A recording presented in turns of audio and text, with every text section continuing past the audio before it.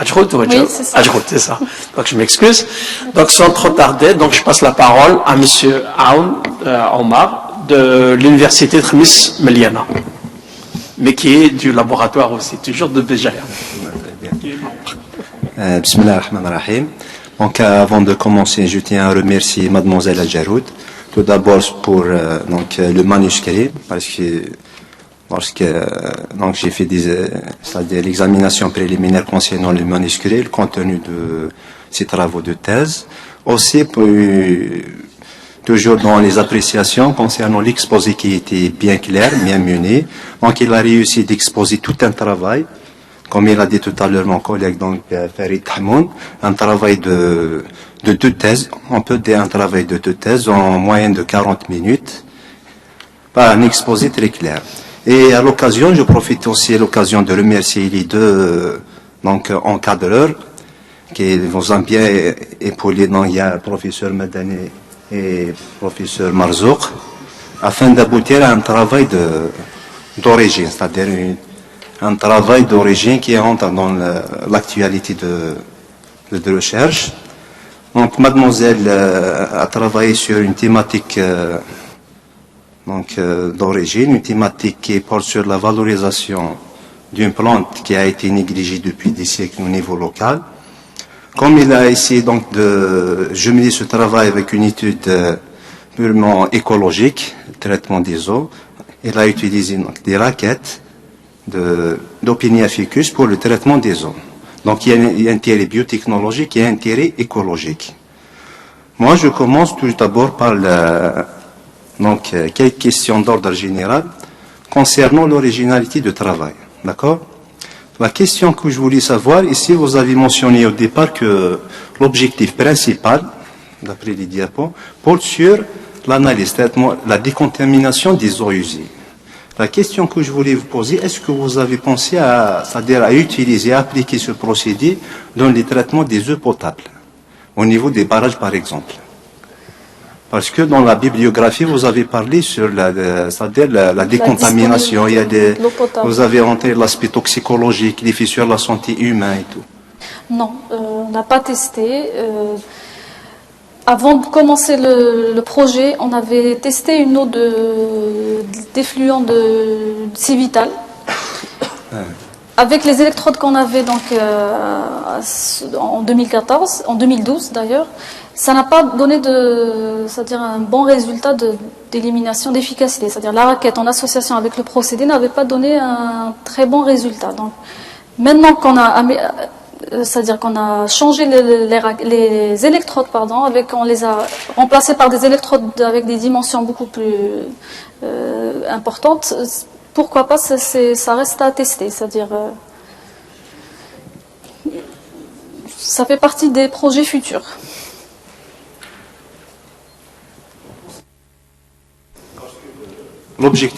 L'objectif de travail porte sur l'extrait, c'est-à-dire le mucilage. D'accord? Le mucilage extrait à partir du jeu de la raquette. Donc la composition principale du mucilage, l'élément qui joue un rôle important dans le traitement, c'est quoi? Ce sont les polysaccharides. Ce sont des polysaccharides. D'accord? Donc, est-ce que vous avez cherché dans la bibliographie, parce que je pense que je n'ai pas trouvé ça, la différence entre les résultats d'électrocoagulation seule et électroflottation? D'accord? C'est-à-dire la comparaison de la technique. Comparaison des résultats en utilisant, c'est-à-dire la méthode électrocoagulation, parce que vous avez jumelé entre deux méthodes. Il y a la méthode électrocoagulation et la méthode électroflottation. Est-ce que vous cherchez à trouver les résultats, c'est-à-dire la différence entre les résultats, les deux résultats, en appliquant la technique électrocoagulation et la technique électroflottation? Moi, je dirais qu'en fait, c'est la même chose. L'électroflottation, elle est considérée parfois par certaines études bibliographiques comme étant de l'électrocoagulation, électroflottation. C'est comme les deux termes coagulation et floculation. Ce sont deux termes qui sont utilisés, qui sont interchangeables.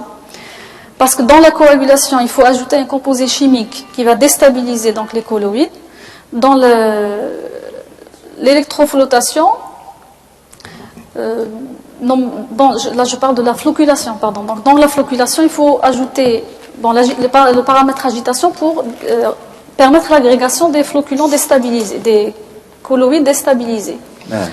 Donc c'est vrai que l'électroflottation, pardon, c'est un autre mécanisme qui est basé seulement sur la libération des bulles de gaz qui vont permettre la flottation des polluants en solution. D'accord. Mais est-ce que vous avez fait, parce que ici, vous n'avez pas mentionné, est-ce que vous avez fait c'est-à-dire des tests préliminaires pour voir est-ce qu'il y a vraiment la différence entre les deux techniques? Non, on l'a pas fait. D'accord. Non. Pour voir est-ce que c'est-à-dire le biomatériel ajouté, est-ce qu'il a un impact sur l'augmentation en rendement dans le cas d'électrocoagulation ou bien dans le cas contraire, c'est-à-dire dans le cas d'électroflottation? Ça n'a pas été testé, c'est-à-dire qu'on s'est basé uniquement sur l'électrocoagulation, l'électroflottation. On a testé le coagulant seulement sur ce type de Très bien. technique. Merci.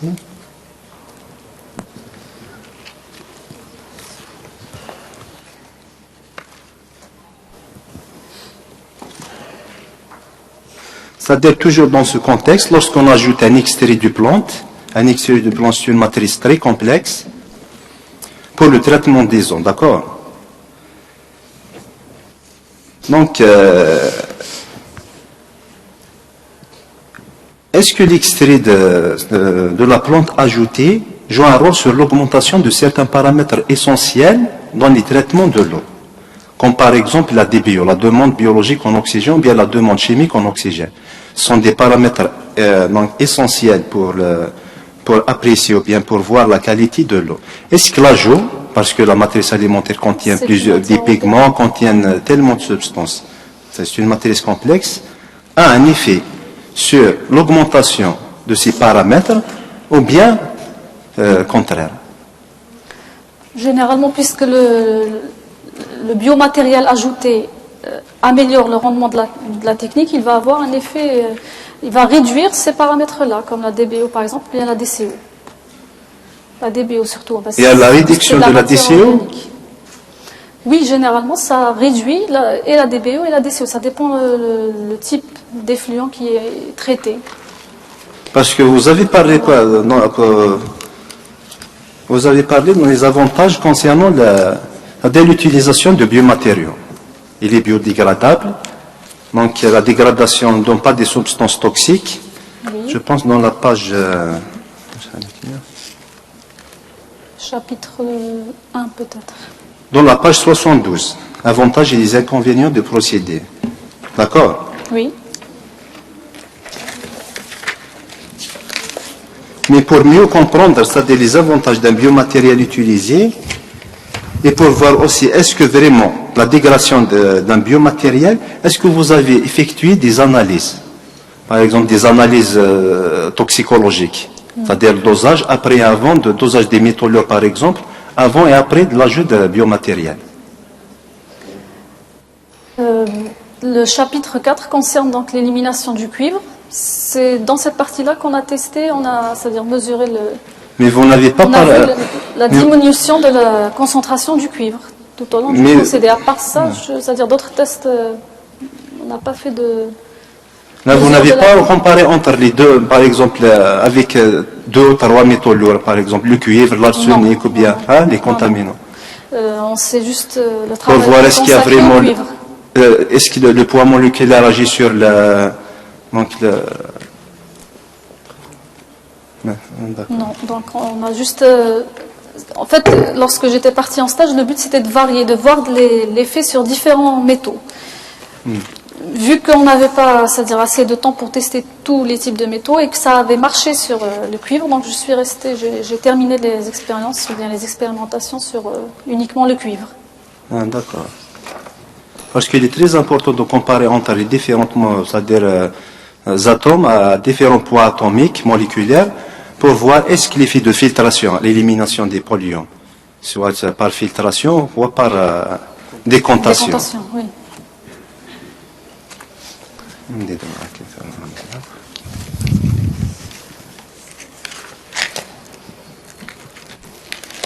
Donc la page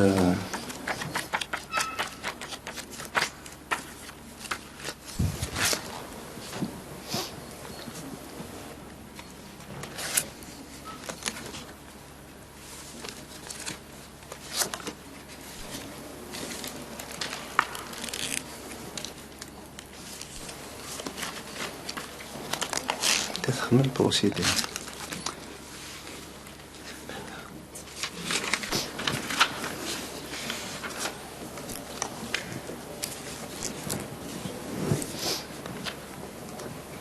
Maintenant à page 145.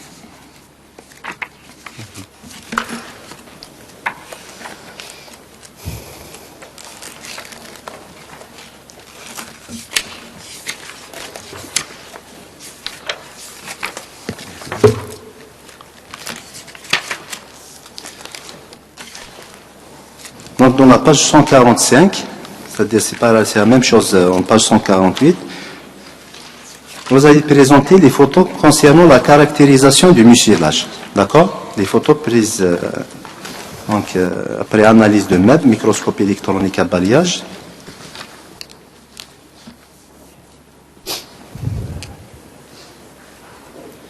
Là, la question que je voulais vous poser, parce que lorsqu'on voit donc l'échelle, il y a la différence entre l'échelle. D'accord? Celle qui se trouve à gauche, donc 50 micromètres, d'accord? Oui. Par contre, la photo à droite, c'est 10 micromètres. D'accord? Oui. En parallèle, on va vérifier les photos prises par Kif l'analyse par MEB. Donc, page 158. L'échelle, là, ici, vous avez utilisé l'échelle de 100 micromètres. Oui. D'accord? Donc, quel est l'objectif de cette analyse? Pour démontrer quoi? L'analyse par le MEB. Pour l'aspect structural du mucilage. Donc, l'objectif, c'est de montrer bien l'aspect morphologique. Oui. D'accord? Et pourquoi vous n'avez pas utilisé le même échelle dans les deux cas? C'est justement pour montrer, c'est-à-dire que dans la figure donc 4-11, donc à droite, avec une échelle beaucoup plus réduite ou bien beaucoup plus petite, là j'ai une photo qui pourrait montrer plus de... Parce que la poudre, c'est la même. C'est la même poudre. C'est la même poudre, c'est juste pour avoir un agrandissement beaucoup plus important que la photo à côté. D'accord. Par contre, pour l'observation des flocs formés, là, c'était important de garder la même échelle pour donc faire la comparaison. Et avec le même agrandissement également. Donc, pour obtenir la poudre, il y a tout une étape, d'accord? Il y a le séchage, il y a la conservation. Comment que vous avez récupéré le mucilage après le traitement? Est-ce que vous avez fait des tests pour voir est-ce que vraiment il y a d'impact, c'est-à-dire de préparation, lorsque vous avez préparé le mucilage, Oui. qui contient le polysaccharide, d'accord? Est-ce que c'est-à-dire le polysaccharide ne dégrade pas après préparation? Non, parce qu'on n'a pas fait de traitement qui pourrait dégrader le sucre, c'est-à-dire Parce qu'il y a le l'extraction. broyage, il y a la température, est-ce que ces paramètres ont Le seul influence paramètre- sur la dégradation de polysaccharide? Je dirais que le seul paramètre auquel Et il la fallait faire température. attention, c'est la température. Il ne fallait pas dépasser les 80-85 degrés Celsius. Donc, Donc, ce paramètre pouvait être contrôlé au niveau de l'étape d'extraction au micro-ondes, c'est-à-dire au niveau de l'étape du chauffage, au niveau du micro-ondes, ou bien de l'extraction, proprement Très dit. bien. Donc, vous avez récupéré la solution polysaccharide dans les eaux. Est-ce qu'il y a des facteurs limitant la solubilité de polysaccharide? Est-ce que est-ce que vous avez pensé donc à optimiser les paramètres limitant la dégradation de polysaccharide dans la solution, comme par exemple le pH, la dureté, la température? Donc d'après les références que j'avais utilisées, je savais qu'il ne fallait pas, par exemple, comment dire, donc que plutôt que l'activité de coagulation des sucres, de ces sucres-là, était très importante entre pH 8 et 10. Parce que le polysaccharide, c'est un sucre complexe. Oui, c'est D'accord. des sucres complexes. Les sucres sont solubles dans l'eau. D'accord? Est-ce que le polysaccharide, comment que vous avez réussi à récupérer le polysaccharide alors que le polysaccharide se trouve dans une solution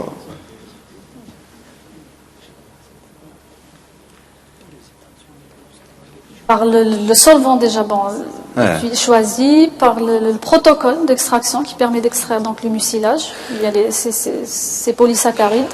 C'est après séchage, non? C'est-à-dire l'extraction du mucilage, elle s'est faite, par exemple, dans l'étape d'extraction au micro-ondes, plutôt dans la deuxième étape du chapitre 4, donc pour l'élimination du cuivre, le mucilage flotte directement à la solution dès l'ajout de l'éthanol, à l'étape de précipitation.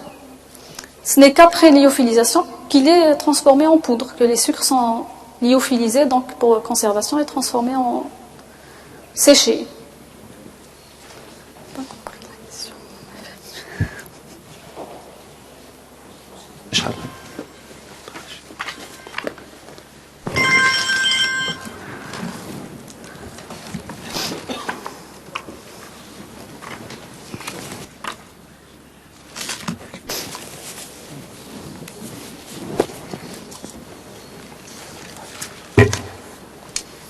Donc, sur la page 34, dans la page 34, la partie théorique en parallèle à la page 66,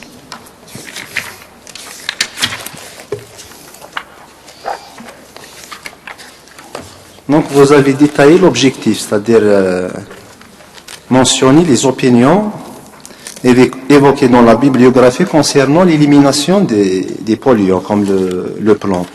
D'accord? En page 34. Ouais. En page 34 et en page 54, en page 66.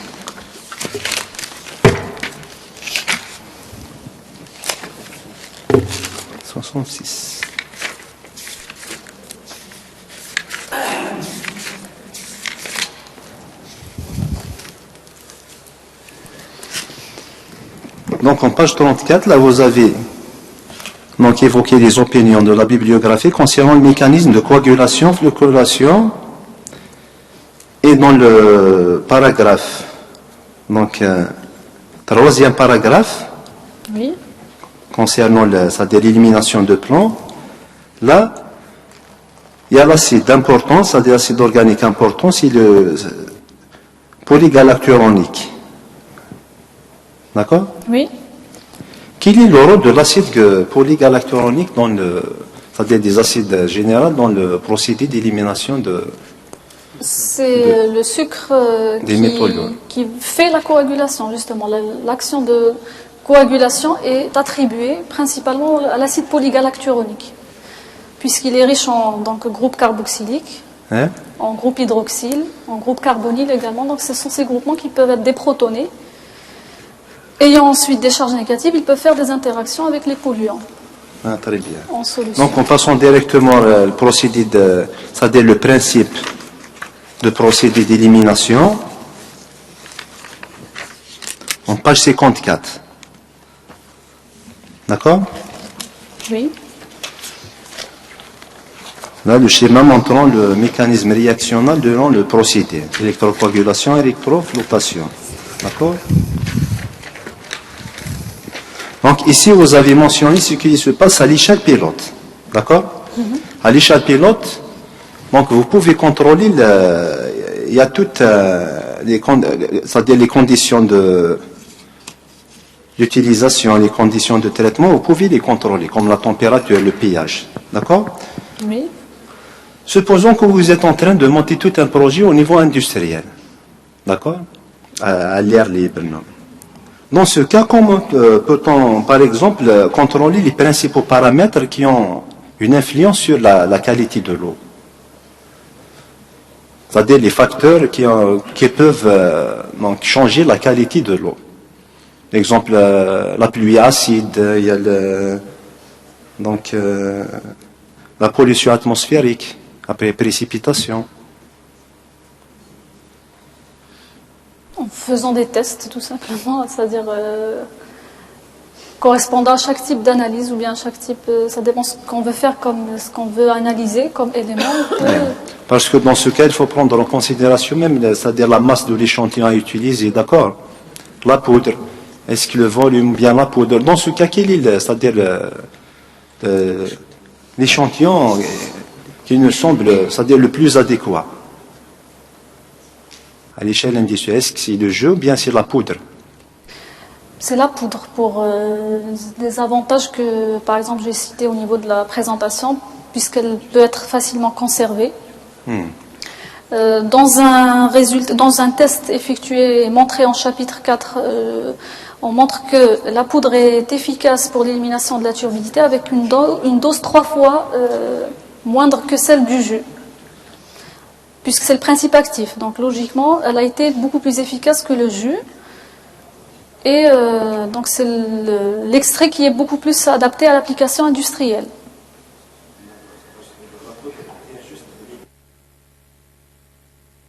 Normalement. C'est-à-dire que bon, pour les tests effectués, j'ai conclu que la poudre était meilleure que le jus. Je dirais, dans d'autres, ça dépend. C'est-à-dire, j'ai trouvé également en bibliographie qu'il y avait des études qui au contraire, disaient qu'il ne fallait pas, c'est-à-dire extraire le mucilage, mais laisser le tout, c'est-à-dire utiliser le jus. Puisqu'il y a d'autres types d'éléments, même si on a, par exemple, dans l'identification, on voit qu'on a une très faible minorité de protéines. Donc il peut y avoir d'autres éléments dans le jus et qui aussi améliorent le rendement. C'est-à-dire que si on fait l'extraction des sucres principaux responsables de la coagulation, dans une étude, ils ont montré que ces sucres seuls avaient un petit peu réduit l'efficacité du procédé. Par contre, lorsqu'on utilise le mélange, il peut y avoir une amélioration. Mais dans d'autres études, la majorité des études utilisent le mucilage, la poudre directement, c'est-à-dire représentant le principe actif normalement purifié. Ah, très bien. On reste toujours à l'échelle industrielle. Donc soit l'ajout de jus ou bien la poudre. Donc l'ajout de l'échantillon, bien de la matrice biomatérielle, est-ce qu'elle agit sur la couleur de l'eau? La couleur? Oui. Généralement non. Ce qui peut agir sur la couleur, c'est le choix du métal des électrodes. Par exemple, si on choisit le fer, d'utiliser du fer à la place de l'aluminium, le fer, lorsqu'il est réduit, il va peut-être colorer la solution à traiter. Ça peut poser des problèmes. Mais par contre, pour le biocoagulant, il ne change généralement pas la couleur de donc il n'y a pas de souci, il n'y a pas de problème de coloration. Généralement, non. Il n'y a pas de problème de coloration. Sinon, pour ça, d'autres techniques, concernant la décoloration, d'autres matériaux. C'est possible, oui, qu'un mélange avec d'autres éléments peut peut-être conduire à avoir des colorations un peu gênantes.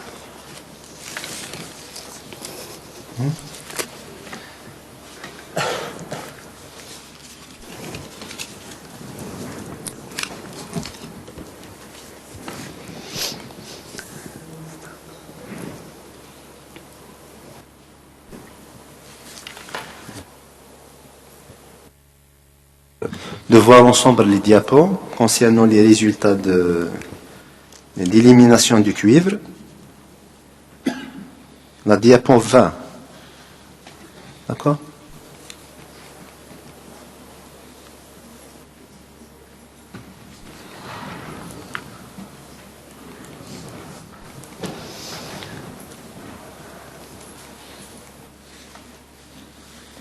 Diapo 20, numéro 20. Mais c'est celle-là, oui.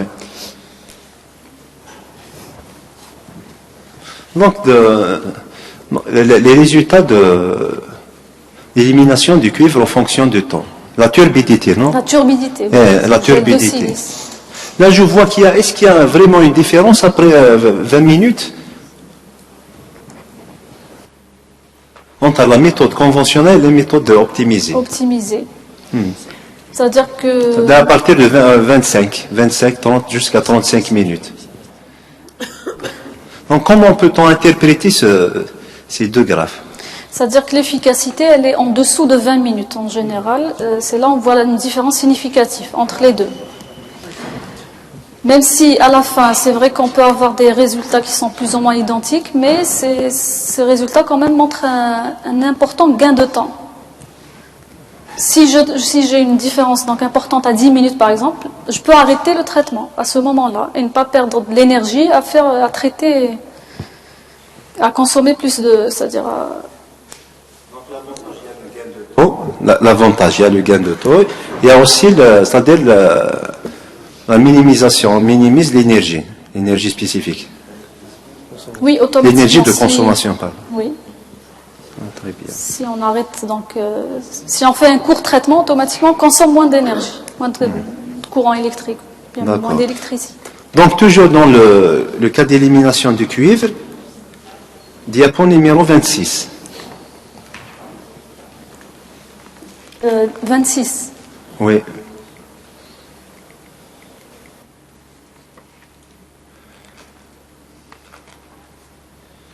Très bien. Donc, est-ce que vous en êtes sûr que l'élimination du cuivre était à 100%?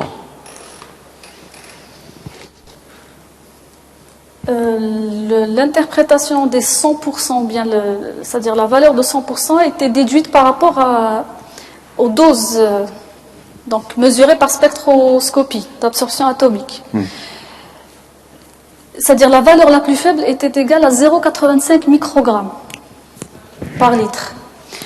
En dessous de cette valeur, on avait des chiffres négatifs qui ont été.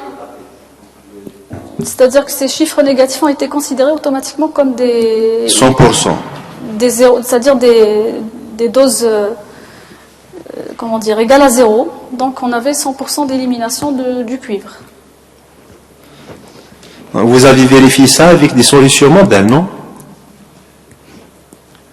Vous avez préparé une solution, là vous avez imité la concentration en cuivre, et puis après vous avez dosé, après le traitement, la teneur, pour comparer entre les deux teneurs, initiale et la teneur finale. Pour comparer entre les deux, il fallait tout simplement faire des prélèvements et comparer donc la mesure du cuivre par spectroscopie atomique du temps de traitement zéro, avec, c'est-à-dire temps initial, avec des différents temps de traitement.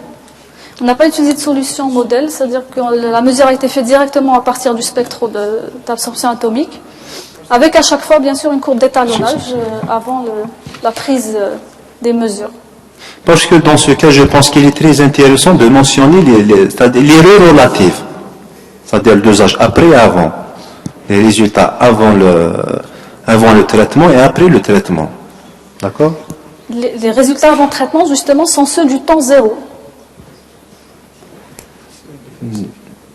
Avant traitement, ce sont les résultats du temps zéro avec l'expérience sans ajout du jus qui est représenté en jaune. Hein? Et après, à partir de 5 mg, c'est les doses donc, du mucilage qui ont été ajoutées. D'accord. Donc, à des concentrations différentes, est-ce qu'il y a vraiment des différences significatives? Parce que statistiquement parlant, il faut justifier il faut valoriser les résultats par l'analyse de variance.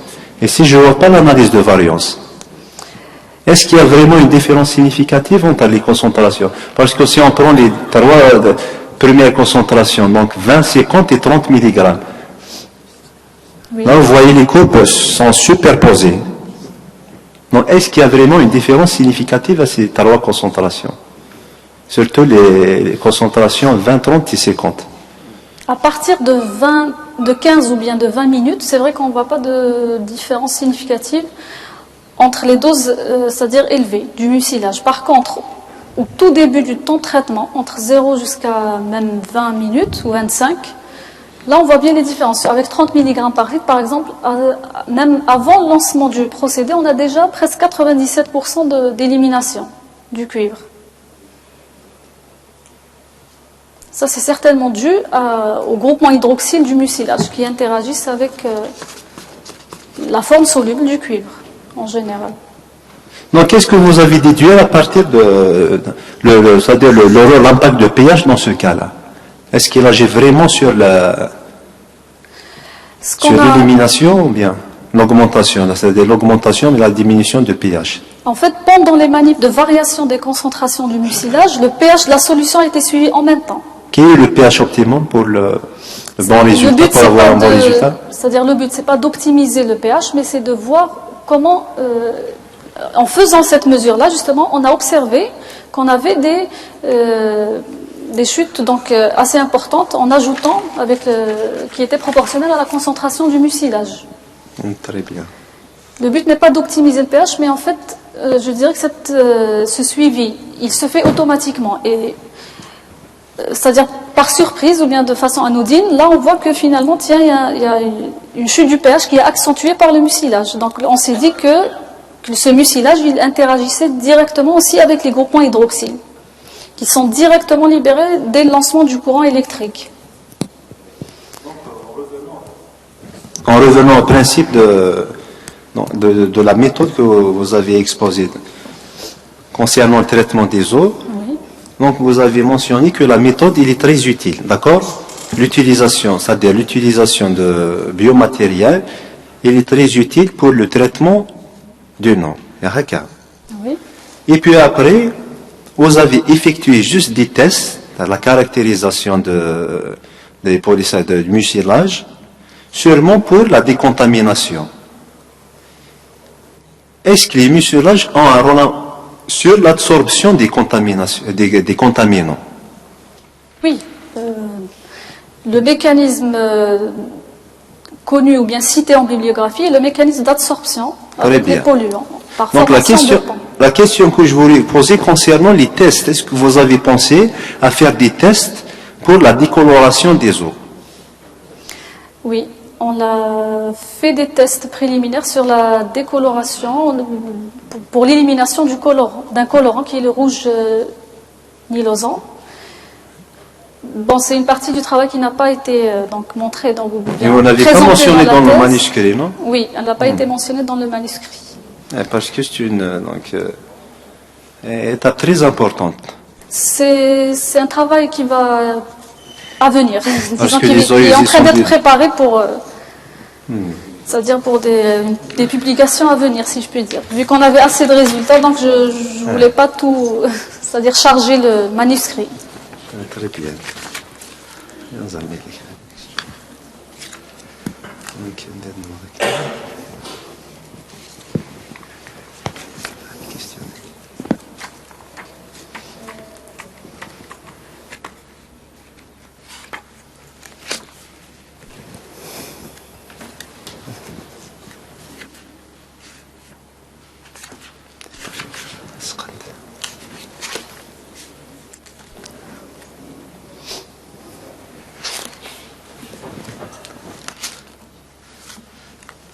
شحال الموديل؟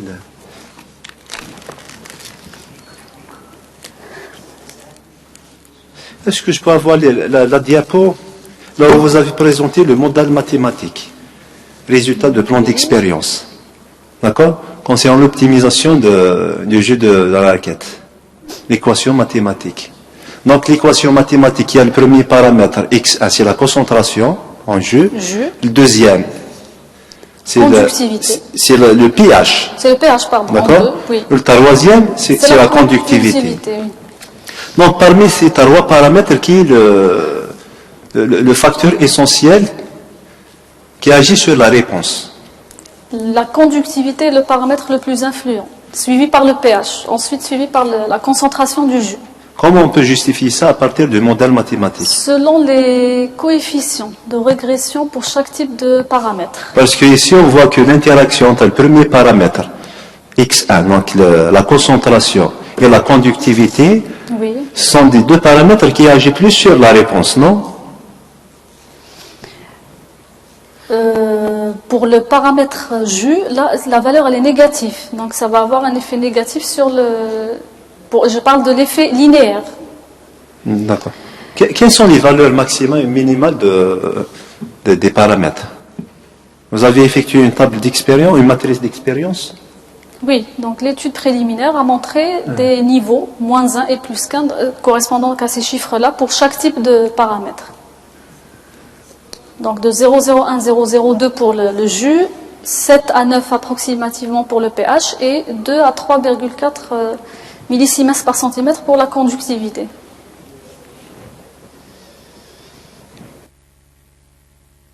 pH et à l'augmentation de la réponse, d'accord? Est-ce qu'on peut déduire directement ici que le pH acide agit sur la qualité de traitement? Oui, le pH a un effet très important sur le... Légèrement, monsieur, donc il est légèrement alcalin, pas acide. Hein? en général, il a un effet très important sur le procédé d'électrocoagulation parce qu'il va dicter, si je peux dire, les différentes formes d'aluminium libérées. Parce que ici, vous avez limité les valeurs de pH entre 7 et 9. Oui. Pourquoi pas par exemple 5 et 9 ou bien? Selon la chimie de l'aluminium dans le procédé d'électrocoagulation, le pH, un pH supérieur à 4, qui va même jusqu'à 9, et le pH favorable à la formation des coagulants, des hydroxydes d'aluminium, qui sont les coagulants qui vont donc interagir avec les polluants. Ah, très bien.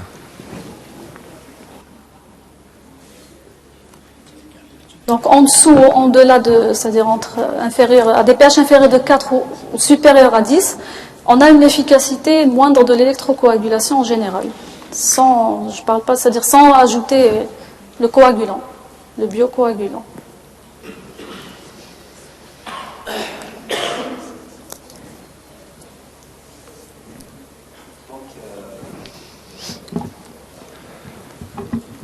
Donc à cela s'achèvent mes questions parce que la majorité ont été soulevées par Dr Tamoun.